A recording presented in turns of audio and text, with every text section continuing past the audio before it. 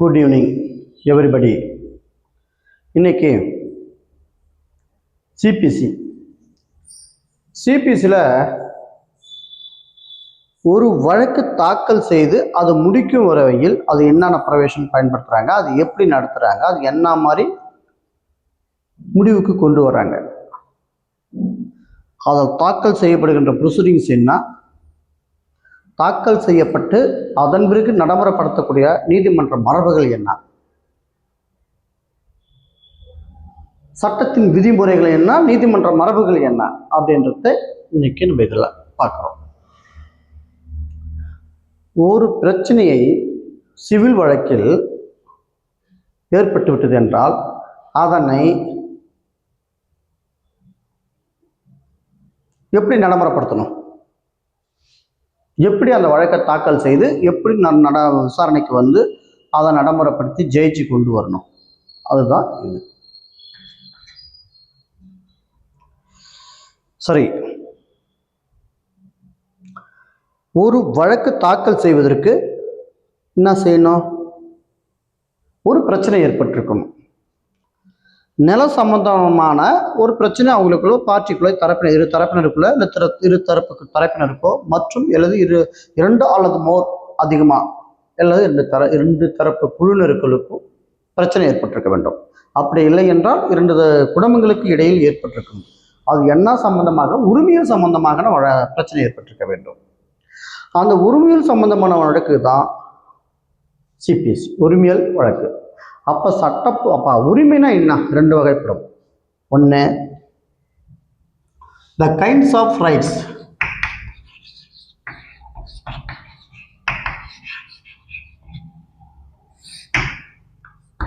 Kinds of ரைட்ஸ்னா legal rights,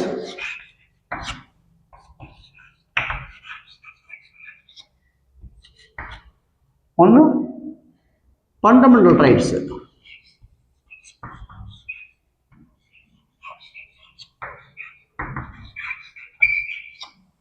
fundamental rights, legal rights என்பது சட்டத்தால் கிடைக்கக்கூடிய உரிமை. ஃபண்டமெண்டல் ரைட்ஸ் என்பது ஒருவரின் அடிப்படை உரிமை, ஒரு மனிதனின் அடிப்படை உரிமை. அது சட்டமே நினைத்தாலும் மாற்றாகிறது. அதை பற்றி தான் இந்திய அரசியலமைப்பு சட்டத்தில் ஆர்டிகிள் 14, ஆர்டிகிள் 21, ஆர்டிகிள் 22, 20, 19, 12 சுருக்கமாக சொல்லப்போனால் 12 36 வரைக்கும் தெளிவாக சொல்லப்பட்டுள்ளது. அடிப்படை உரிமை அது. லீகல் ரைட்ஸ் என்பது சட்டத்தின் மூலமாகவே நிறைவேற்றுறது. அது இது இன்க்ளூடிங் இதுவும் ஆகும். சரி, ஓகே, அது முடிச்சு. அடுத்தது, ஒரு சூட்டை நிறுவுவதற்கு என்னாக இருக்க வேண்டும்? சிவில் சம்பந்தப்பட்ட பிரச்சனையாக இருக்க வேண்டும்.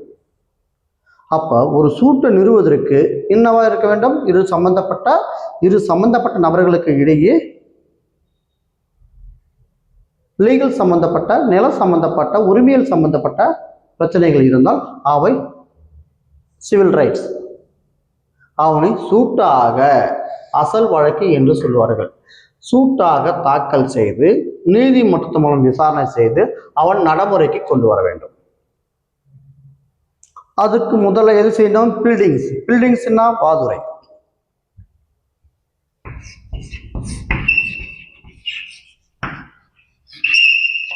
பில்டிங்ஸ் இது பிளைண்ட். இப்போ இந்த பில்டிங்ஸ் பிளைண்ட் கொண்டு வரும்னாலே எதில் சொல்றா? ஆர்டர் 6 ரூல் 1 பில்டிங்ஸில், ரைட்டா? Order 6 rule 1. சரி, ஒரு வழக்கு நிறுவுவதற்கு எந்த ரூல் பயன்படுத்தணும்? சிபிசியில் ஆர்டர் 6 பார்த்தீங்களா சொல்லியிருக்கேன், அதிலே சொல்லியிருக்கிறேன். அப்போ ஆர்டர் 6, ரூல் 26 வித் வாதுரை தாக்கல் செய்வதற்கு ஆர்டர் 7 ரூல் 1. இது வாதுரை பற்றி சொல்லக்கூடிய, பில்டிங்ஸ் பற்றி சொல்லக்கூடியது. இது தாக்கல் செய்வதை பற்றி சொல்லக்கூடியது. இதுதான் பிரிவின் கீழ் சொல்லப்பட்டுள்ளது. ஆர்டர் 7 ரூல் 1 தெளிவாக சொல்லப்பட்டுள்ளது. ஆர்டர் 7 ரூல் உள்ள பில்டிங்ஸ் வித் பிளைண்ட் வாதுரை. உன்னுடைய சட்ட பிரச்சனையான உன்னுடைய உரிமை பாதிப்புக்கான வாதுரையை எழுத்துப்பூர்வமாக வரைவு செய்து அதை ஆர்டர் 7 ரூல் 1 பிரகாரம் தாக்கல் செய்ய வேண்டும் ஒரு நீதிமன்றத்தில். அதுவும் எந்த நீதிமன்றத்தில் அதிகார சொத்து எந்த எல்லைக்குள் உட்பட்டதோ அந்த எல்லையில் உள்ள அதிகார வரம்பிற்கு உட்பட்டு பெக்குலரி ஜுரிடிக்ஷனுக்கு உட்பட்டு பண மணி ஷூட் சம்மரி ப்ரொசீடிங்ஸ்லாம் சொல்லுவாங்களே, பண வரவு அதிகார வரம்பிற்கு உட்பட்டு அதனுடைய மதிப்புக்கு எவ்வளோ என்று பார்த்து அதன் அடிப்படையில் அந்த அதிகார வரம்பிற்கு உட்பட்ட நீதிமன்றத்தில் அந்த வழக்கு தாக்கல் செய்யப்பட வேண்டும். இப்போ உங்களுக்கே தெரியும், 1 லட்சம் மதிப்புள்ள அனைத்து வழக்குகளுமே 1 லட்சத்துக்கு மேல் உள்ள அனைத்து வழக்குகளும் சார்பு நீதிமன்றத்தில் செய்யப்படும். அதே 10 லட்சத்துக்கு மேல் உள்ள அனைத்து வழக்குகளும் எதை தாக்கல் செய்யப்பட வேண்டும்?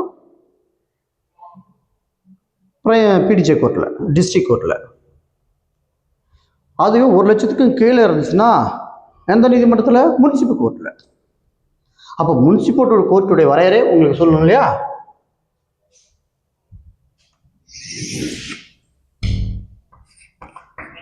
TMS, DJ, high court, supreme court. இந்த டிஜேக்கு இடைக்கல இணையல் தான் பிஎஸ், ஏஎஸ், இதான் ரைட்டா. இப்போ 1 லட்சத்துக்கு உள்ளே இருந்துச்சுன்னா அந்த வழக்கானது டிஸ்ட்ரிக்ட் முனிசிபல் கோர்ட்டில் தாக்கல் செய்யப்பட வேண்டும். 1 லட்சத்துக்கு மேலே போயிடுச்சுன்னா சப்கோர்ட்டில் போடுவாங்க. அதே 10 லட்சத்துக்கு 5 லட்சத்துக்கு மேலே போயிடுச்சுன்னா எங்கே போடணும்? 10 லட்சத்துக்கு மேலே போட்டுனா 1 லட்சத்துக்கு மேலே போச்சுன்னா இங்கே வரும். இந்த கோர்ட்டில் தாக்கல் செய்யப்பட்டு இந்த கோர்ட்டில் வந்து ஏஎஸ்ஜே கோர்ட்டு கட்டுப்பாடு பண்ணி அங்கே ட்ரையல் நடக்கும். இது நீதிமன்றத்தின் மரபாக நான் கூறுகிறேன், விதிவிலக்கோடு கூறவில்லை. ஏனென்றால் ஒவ்வொரு அதிகார வரம்புக்கும் ஒரே நீதிமன்றத்தினுடைய செயல்படும் போது அவங்க கட்டுகளை வழக்குகளை பகிர்ந்து விசாரிப்பாங்க. ஏன்னா ஒரு இடத்தில் வழக்கு தேங்கி நிற்கக்கூடாது என்பதற்காக, வழக்கு காலதாமதமாக விசாரிக்கக்கூடாதும் நீதி தாமதிக்கப்படக்கூடாது என்பதற்காக அரசாங்கத்தால் நிர்வாகத்தால் அட்மினிஸ்ட்ரேட்டிவால் நிர்வகிக்கப்பட்டதால் கூடுதல் நீதிமன்றங்கள், அடிஷ்னல் சப்கோர்ட்டு, பிரின்சிபல் சப்கோர்ட்டு, ஏடிஜே, ஏஎஸ்ஜே 1 அப்படிலாம் கோர்ட்டு சில ஏரியாக்களுக்கும் நகரங்களுக்கும் உட்படுத்தி அதை அளவுக்கு பிரிப்பாங்க ரைட்டா. அப்போ அது சரி, ஓகே. 20 லட்சத்துக்கு மேலே போச்சுன்னா அது ஹைகோர்ட்டு. இப்போ அதை 1 கோடிக்கு மேலே போனால் மட்டும்தான் ஹைகோர்ட்டு. 5 கோடி வரைக்கும் டிஸ்ட்ரிக்ட் கோர்ட்டில் விசாரிக்கலான்னு போட்டிருக்கு, சர்க்குலர் போட்டாச்சு. ஆனால் இருந்தாலும் 1 கோடிக்கு மேலே இருந்தாலே 25 லட்சத்துக்கு மேலே இருந்தாலே ஹைகோர்ட்டில் தாக்கல் பண்ணலாம். 50 லட்சத்துக்கு மேலே போயிடுச்சுன்னா சுப்ரீம் கோர்ட்டில் டைரெக்டாக ஃபைல் பண்ணலாம். இந்த சூட்டுதான் சரிங்களா. சரி, இப்போ இது பண்ணியாச்சு. ஒரு தொகை இந்த உரிமையில் சம்பந்தப்பட்ட சொத்தினுடைய மதிப்புடைய எல்லையை மதிப்பை வரையறுத்து அவை அந்த மதிப்புக்கு ஏற்ற எந்த நீதிமன்ற அதிகார வரம்பிற்கு உட்பட்டதோ அந்த நீதிமன்றத்தில் அந்த வழக்கு தாக்கல் செய்யப்பட வேண்டும். அந்த வழக்கு தாக்கல் செய்த பிறகு நம்பர் ஆயிடுச்சு, அது உங்களுக்கு தெரியும் இல்லையா, நம்பர் ஆயிடுச்சு, வந்துருச்சு ட்ரையலுக்கு. அப்போ என்ன பண்ணோம்? சம்மன் சர்வ் பண்ணோம். சம்மன்ஸு இங்கே ரிட்டர்ன் ஸ்டேட்மெண்ட்றதுக்காக சொல்லியிருக்கேங்க. இந்த இதை தூக்கி நான் இங்கே போட்டு கொடுக்கணும் உங்களுக்கு, நான் சொல்கிறேன் உங்களுக்கு, ஓகேவாங்களா? ஏன்னா புரியணுன்றதுக்காக தான் இதில் பிளைண்டு ரிட்டர்ன் ஸ்டேட்மெண்ட்னு சொல்லியிருக்கிறேன், ஓகேவா? வேறு இதில் ஓகே. இப்போ ஆப்போசிட் பார்ட்டி தாக்கல் பண்ண உடனே பிளைண்ட் தாக்கல் பண்ணிட்டாலே அடுத்தது என்ன பண்ணணும்? பிளைண்ட் தாக்கல் பண்ணிட்டாலே அடுத்த ரிட்டர்ன் ஸ்டேட்மெண்ட் ஃபைல் பண்ணலையா? அது புரியணுன்றதுக்கு தான் உங்களுக்கு இந்த தூக்கி கீழே போட்டு வச்சுருக்காங்க, இது தூக்கி மேலே போட்டு வச்சுருக்காங்க, அவ்வளோதான் வித்தியாசம். இதுக்கு இங்கே வரணும் ரைட்டு. இந்த இடத்துல சூட்டை ஃபைல் பண்ணிச்சு, நம்பர் ஆயிடுச்சு. அடுத்து என்ன பண்ணணும்? நம்பர் சம்மனுக்கு சால்வ் பண்ணணும். யாருக்கு? டிபெண்டன்ட் எதிர்த்தரப்பினருக்கு சம்மன் சால்வ் செய்தல் வேண்டும். சம்மன் சால்வ் செய்தல் வேண்டும் பொழுது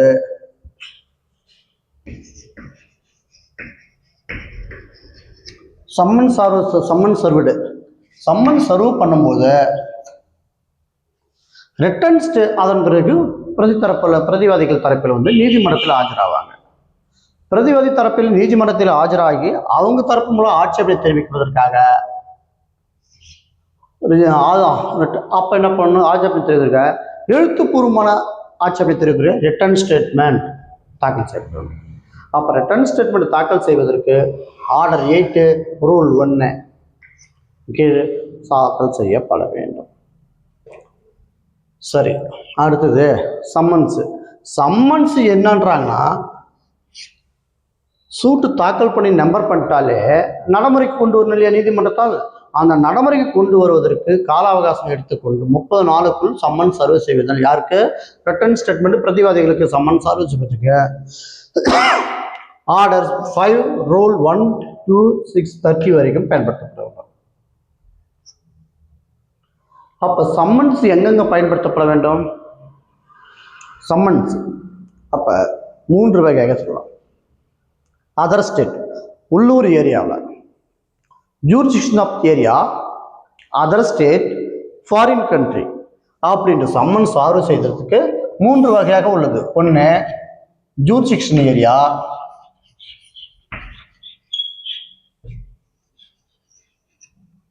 2 அதர் ஸ்டேட்டு, 3 ஃபாரின் கண்ட்ரி. இது 3 விதமாக இந்த சம்மன்ஸ் சார்வ் செய்தல் வேண்டும். அப்ப இதன் கீழ் அவங்க தாக்கல் செய்து அந்த சம்மன்ஸா அனுப்புறதுக்கு தான் இது. சரி, ஓகே. அப்ப சம்மன்ஸ் சார்வ் செய்ததற்கு ப்ரொவிஷன் என்ன வருது? ஆர்டர்ஸ் 5 ரூல் 1 to 560 வரைக்கும் 1 to 30 வரைக்கும் அதில் விளக்கம் கொடுக்கப்பட்டுள்ளது.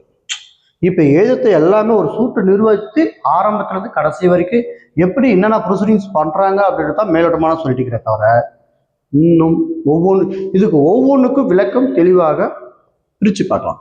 சூட் ஆஃப் த இன்ஸ்டிடியூஷன்னா என்ன, ரிட்டன் ஸ்டேட்மெண்ட்னா என்ன, சம்மன்ஸ்னா என்ன அப்படின்றது, இஷ்யூஸ்னா என்ன அப்படின்றது எல்லாத்தையும் நான் சொல்கிறேன். ஓகேங்களா? ஓகே. அடுத்தது சரி, சூட்டு தாக்கல் பண்ணியாச்சு, சம்மன் சர்வ் பண்ணியாச்சு, ரிட்டன் ஸ்டேட்மெண்ட்டும் ஃபைல் பண்ணியாச்சு. அடுத்து என்ன stage? Frame of the issues. Criminal வழக்கில் எப்படி சார்ஜ் ஃப்ரேம் பண்ணுறாங்களோ அதே போல் சிவில் வழக்கிலையும் இஷ்யூஸ் பிரெஞ்ச் இந்த ஃப்ரேம் ஆஃப் த இஷ்யூஸ் கண்டிப்பாக வேணும். ஏன்னா இது எக்ஸாம்பிள் எல்லா கேள்வியும் கேட்க முடியும். அப்போ தமிழில் என்ன சொல்கிறாங்கன்னா, சார்ஜ் ஆஃப் ஃப்ரேம்னா குற்ற வழக்கில் குற்ற வணைவுன்னு சொல்லுவாங்க. அதுக்கு தனியாக ட்ரைனிங்கே கொடுப்பாங்க, ஜட்ஜிங்களுக்கு தான் கொடுப்பாங்க இல்லையா? நீங்கள் ஜட்ஜி ஆகிட்டா, மேஜிஸ்ட்ரேட் ஆகிட்டாலோ அல்லது சிவில் ஜட்ஜி ஆகிட்டாலோ நீங்கள் சிவில் ஜட்ஜுக்கு ட்ரைனிங் கொடுக்கும்போது அவங்க ஜுடிஷியல் அகாடமிலையோ சொல்லி தெளிவாக தான் சொல்கிறாங்க, குற்ற வணைவுனா என்ன அதை தெளிவாக உங்களுக்கு சொல்லிடுவாங்க. சரி, ஓகே. இஷ்யூஸ் ஆர்டர் அப்படின்னா, இஷ்யூஸ்னா என்ன? ஃப்ரேமேஷ் இஷ்யூஸ்னா வழக்கெழு வினா. இந்த வழக்கெழு வினா எத்தனை வகைப்படும்? 2 வகைப்படும். The kinds of the issues. Kinds of issues என்னன்னா, 1 ஃபேக்ட் ஆஃப் த இஷ்யூஸ்,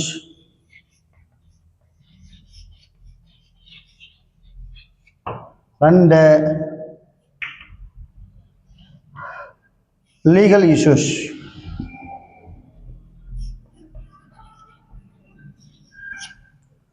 அப்ப legal issues, fact of the issues. இந்த லீகல் இஷ்யூஸ்க்கும் ஃபேக்ட் ஆஃப் த இஷ்யூஸுக்கும் என்ன வித்தியாசம்? நான் ஆல்ரெடி ஏற்கனவே இந்த சிபிசி எடுக்கும்போது டைட்டில் சொல்லியிருப்பேன். சிவில் கேஸ் எதன் அடிப்படையில் டிசிஷன் எடுக்க வேண்டும் என்றால், 1 ஃபேக்ட் ஆஃப் த இஷ்யூஸ்லேருந்து எடுக்க வேண்டும், 1 டாக்குமெண்ட்ரி எவிடன்ஸ்லேருந்து எடுக்க வேண்டும். டாக்குமெண்ட்ரி பேஸ் பண்ணி தான் எடுக்கணும், டிசிஷன் எடுக்கணும்னு சொன்னீங்களா? அதுதான் இந்த வழக்குன்னு சொல்லுவாங்க. அப்ப டாக்குமெண்டரி சட்ட ரீதியாகவும் ஃபேக்ட் ரீதியாகவும் வழக்கெழு வினா எடுத்து, ஒரு வழக்கெழு வினா என்பது ஒரு கேள்வி தாக்கல் செய்யப்பட்ட வழக்கில் அவங்க இந்த வழக்கு இந்த ஜட்ஜ்மெண்ட்டுக்கு டிசிஷன் எடுப்பதற்கு பொருந்துமா, சாத்தியமா, விசாரிப்பதற்கு சாத்தியமா, சட்டத்துக்கு உட்பட்டு சாத்தியமா என தனக்கு நீதிமன்றம் தனக்குத்தானே கேள்விகள் எழுப்பி அந்த கேள்விகளுக்கு பதில் அளிப்பதே தீர்ப்பு. அதுதான் இஷ்யூஸ் வழக்கறிவு வினா. அப்ப இஷ்யூஸ் என்பது தனக்குத்தானே ஒரு இந்த இஷ்யூஸ் அப்ப ஜட்ஜி மட்டும்தான் நீதிமன்றம் மட்டும்தான் எடுக்கணுமா? இல்லை, பிரதிவாதிகளும் எடுத்துக் கொடுக்கலாம். பிரதிவாதி தரப்பிலையும் நீதிமன்ற தரப்பிலையும் வழக்கறிவு வினா எடுத்துக் கொடுப்பதற்கு முடியும். அவங்க எடுத்து கொடுக்க சொல்லி நீதிமன்றம் கேட்கலாம், உத்தரவு போடலாம், அல்லது நீதிமன்றமும் உத்தரவு எடுக்கலாம். இது நீதிமன்றத்தினுடைய மரபு. நான் இப்பொழுது ஒரு வழக்கினுடைய தன்மையும் ஒரு வழக்கத்தை தாக்கல் செய்து கடைசி வரைக்கும் கொண்டு வர தன்மையும் நீதிமன்றத்தின் மரபையும் தான் பற்றி பேசிட்டு வந்துருக்கிறேன். அது மட்டும் தான் பார்க்கணும். ரைட்டு, அடுத்து முடிஞ்சிச்சு. வழக்கறிவு வினா எடுத்தாச்சு. அப்போ என்ன பண்ணோம்? ட்ரையல் ஸ்டார்ட் பண்ணால் என்ன பண்ணோம்? விட்னஸ் என்ன பண்ணோம்? இந்தியன் எவிடன்ஸ் ஆக்ட் பிரகாரம், இந்தியன் எவிடன்ஸ் ஆக்ட் செக்ஷன் 131, 134, 133 இது பிரகாரம் விட்னஸை கால் டு கோர்ட் அழைக்கிறோம். அப்போ அதை டெபோசிஷன் எடுக்கிறோம். பிரமாண வாக்குமூலத்தை வாங்கிட்டு நீ என்ன சொல்கிற இந்த வழக்கு பற்றி உனக்கு என்ன தெரியும்? அப்போ நீதிமன்றத்தில் என்ன எடுப்பாங்கன்னுடா 2 வகையாக டெபோசிஷன் எடுப்பாங்க. ஒரு நீதிமன்றம் ஒரு தரப்பினர் நீதிமன்றத்திற்கு ஏற்றி இந்த நபர் சொல்லும் வாக்குமூலத்தை பதிவு செய்து கொள்வார்கள். பதிவு செய்து இது அவங்க சொல்லுகின்ற ஃபேக்டுக்கு பொருத்தமா, சரியாக இருக்குதா, பொருந்தி வருதா, அதன் பிறகு சட்டத்துக்கு பொருந்தி வருதா, ஆவணத்துக்கு சரியாக கோர்வையாக இருக்கிறதா என அந்த 3ஐயும் கம்பேர் செய்து அதன் பிறகு இந்த வழக்கறிவு வினாவில் எதுனேச்சும் திருத்தங்கள் வேண்டுமா அல்லது இது கரெக்டான வழக்கறிவு வினாதானா என முடிவு செய்து அதற்கு ஏற்ப போல் இந்த வழக்கறிவு வினாவில் எழுப்பப்பட்ட கேள்விகளுக்கு பதில் அளிக்க வேண்டும். நீதிமன்றம் தனக்குத்தானே கேள்வி எழுப்பி தனக்குத்தானே பதில் சொல்லும் பெயர்தான் இஷ்யூஸ் வழக்கு. அந்த இஷ்யூஸ் ஃப்ரேம் ஆஃப் இஷ்யூஸுக்கு பதில் சொல்வதே தீர்ப்புரை. அவ்வளோதான். டெபோசிஷன் ஆர்டர் 13 ரூல் 1-11 வரைக்கும் அதில் விளக்கமாக சொல்லப்பட்டுள்ளது. சாட்சிகளுக்கு சம்மன் அனுப்புகின்ற முறை பேட்டா படிக்கட்டுன்னு சொல்லுவாங்க. சரி, டெபோசிஷனும் எடுத்தாச்சு, பிரதிவாதி தரப்புலையும் எடுத்தாச்சு, பிளைன்டிஃப் வாதி தரப்புலையும் எடுத்தாச்சு. அடுத்தது என்ன பண்ணியிருக்கணும்? ஆர்கியூமெண்ட்டு. அப்போ ஆர்கியூமெண்ட் இருதரப்பு ஆர்கியூமெண்ட்டுகளும் சட்டப்படி ஆவணத்தை கூடுதலான வாய்ப்பை கொடுத்து நீங்கள் 2 பேரும் வாதம் செய்ய வேண்டும். பிரதிவாதி தரப்பிலும் வாதி தரப்பிலும் நீதிமன்றத்தில் வாதம் செய்து அவர்களுக்கு உள்ள நியாயத்தை சட்டத்தின் கோர்வையாகவும் முன்மாதிரியான தீர்ப்புகளை வைத்தும் சட்டத்தில் சொல்லுகின்ற ப்ரொவிஷனுடைய பொருந்துகின்ற வாய்ப்புகளையும் அவங்களுக்கு டாக்குமெண்ட்ரி, ஓரல் எவிடன்ஸு, ஜட்ஜ்மெண்ட் முன்மாதிரியான ஜட்ஜ்மெண்ட் தீர்ப்புகள், சட்டத்தில் இருக்கிற ப்ரொவிஷன்ஸு இது எல்லாம் கேதர் பண்ணி அவங்களுக்கு சப்ஸ்டியூஷன் லாவுக்கு எதன் அடிப்படையில் சப்ஸ்டியூஷன் லாவாகவும் fact of the issues and legal rights இது 3 டாக்குமெண்ட்ரி வேல்யூ இது 3 கம்பேர் பண்ணி நீதிமன்றம் டிசிஷன் எடுப்பதற்கு இரு தரப்பினரையும் வாதத்தை சொல்வார்கள். அதுதான் இது. ஓகேவா? அடுத்து ஜட்ஜ்மெண்ட். சரி, சம்மன் போட்டாச்சு, சூட்டு தாக்கல் பண்ணியாச்சு, சம்மனும் பிரதிவாதிக்கு போட்டாச்சு, அவங்களும் வந்து ஆஜராகிட்டாங்க, ஆட்சேபனை திருத்த ரிட்டன் ஸ்டேட்மெண்ட்டும் ஃபைல் பண்ணிட்டாங்க. அதன் பிறகு டெபோசிஷனுக்கு சாட்சிகளுக்கு ஃப்ரேம் ஆஃப் இஷ்யூஸும் எடுத்தாச்சு, டெபோசிஷனுக்கும் போயாச்சு. டெபோசிஷன் எடுத்துட்ட பிறகு அதன் பிறகு ஆர்கியூமெண்ட்டும் முடிஞ்சு போயிடுச்சு. அப்போ கடைசியாக யாருடைய வேலை? நீதிமன்றத்தினுடைய வேலை தீர்ப்பு சொல்லணும். சரி, இருதரப்பு வாதத்தையும் கேட்டாச்சு, இருதரப்புடைய கோரிக்கையும் கேட்டாச்சு. அப்போ சட்டப்படி எது மெரிட்டில் இருக்கோ அதுக்கேற்ற மாதிரி தீர்ப்பு சொல்ல வேண்டும் இல்லையா? அதுதான் order 20 rule 126B provision section டெஃபினேஷனில் என்ன சொல்லுதுன்னா செக்ஷன் 2 சப்கிளாஸ் 9 அதில் சிபிசியில் விளக்கம் அளிக்கப்பட்டுள்ளது. அந்த தீர்ப்பானது எப்படி இருக்க வேண்டும் என்று கருதினால் இந்த வழக்கெழுவனாவின் அடிப்படையிலே தான் இந்த தீர்ப்பு இருக்க வேண்டும். ஒரு நீதிபதி வழக்கெழு வினாவுக்கு உட்பட்டு அதில் கேட்கின்ற கேள்விக்கு பதிலே எடுத்து அதற்கு பதில் கொடுத்தால் மட்டுமே தான் அது தீர்ப்பாக மாறும். இந்த வழக்கெழு வினாவுக்கு வெளியில் சென்று தீர்ப்பாகனது செல்லாகும். சில நேரங்களில் அது விதிவிலக்குக்கு உட்பட்டது. அது விளக்கமாக அடுத்து நான் கொடுக்குறேன். இது ஒவ்வொன்றுக்கும் தனித்தனி விளக்கம் நான் கொடுக்குறேன். இப்போ இப்படிதான் நடக்கும் என்பதை சொல்லலாம். அப்போ நீதிமன்றம் ஒவ்வொன்றும் ஜட்ஜ்மெண்ட் தீர்ப்பு வழங்கும்போது சிவில் வழக்கில் பொறுத்த வரைக்கும் டிகிரி அண்டு ஜட்ஜ்மெண்ட்ஸ்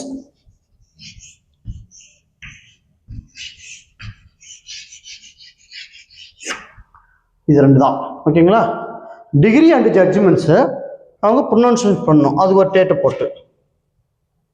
இப்போ ஜட்ஜ்மெண்ட்டு சொல்கிறாங்கன்னா டிகிரி. அப்போ டிகிரி ஜட்ஜ்மெண்ட் மட்டும் தான் இருக்குது. டிகிரி எங்கே இருக்குன்னா தீர்ப்பின் சுருக்கமே டிகிரி. தமிழில் தீர்ப்பானை தீர்ப்புரை. தீர்ப்பானை தீர்ப்புரைக்கு என்ன வித்தியாசம்? தீர்ப்பானை என்பது தீர்ப்புரையின் சுருக்கமே. தீர்ப்புரை என்பது வழக்கின் விரிவாக்கமே. ஓகேவா? வழக்கின் தன்மையை ஆராய்ந்து அதற்கு விளக்கமாக பதிலளித்து தீர்ப்பு வழங்குவதுதான் விளக்க உரை, அதான் தீர்ப்புரை. ஓகேங்களா? இதுதான் சரி. வழங்கப்பட்ட தீர்ப்பிலிருந்து ஜட்ஜ்மெண்ட் வழங்கப்பட்ட எத்தனை நாளில் அவங்களுக்கு தீர்ப்பு கொடுக்கணும்னா 30 நாளுக்குள்ள அவங்க ஜட்ஜ்மெண்ட்டை இஷ்யூ பண்ணிடணும். இஷ்யூ பண்ணோன்னு டிகிரி வச்சு அவங்க கைக்கு போய் சேரணும். இதுதான் இது நீதிமன்றத்தின் உத்தரவு. நீதிமன்றத்தின் உத்தரவு மரபு with proceedings of the legal. இதுதான் சரி. நாளிலிருந்து suit of institution with summons with return statements. சம்மன்ஸுடைய கேள்வி தான் இங்கே இருக்குது. நான் உங்களுக்கு தெளிவாக கொடுக்குறேன். ஓகேங்களா? அது உங்களுக்கு கொடுக்குறோம். அப்புறம் இஷ்யூஸு, அப்புறம் டெபோசிஷனு, ஆர்குமெண்ட்டு, ஜட்ஜ்மெண்ட்ஸு. இடையில ஐஏ போகிறதுல அது சும்மா அது ஒரு இடைக்கால ரெமெடின்னு சொல்ல போகிறோம். ஐஏ பொறுத்து இன்ட்ரீம் ஆர்டர் வாங்குறது, இன்ட்ரீம் இன்ஜெக்ஷன் வாங்குறது, இன்ட்ரீம் போகிறது, அளந்து கிடைக்க சொல்லி அறிக்கை தாக்கல் பண்ணுறோம். அதான் இன்ட்ரீம் ஆர்டர். ஒரு வழக்கினுடைய சுருக்கமே அதுதான். ஓகேங்களா? சரி. இதுக்கு ஒவ்வொன்றுக்கும் விளக்கம் டீட்டெயிலாகவே நாளையிலிருந்து பார்க்கலாம். நன்றி.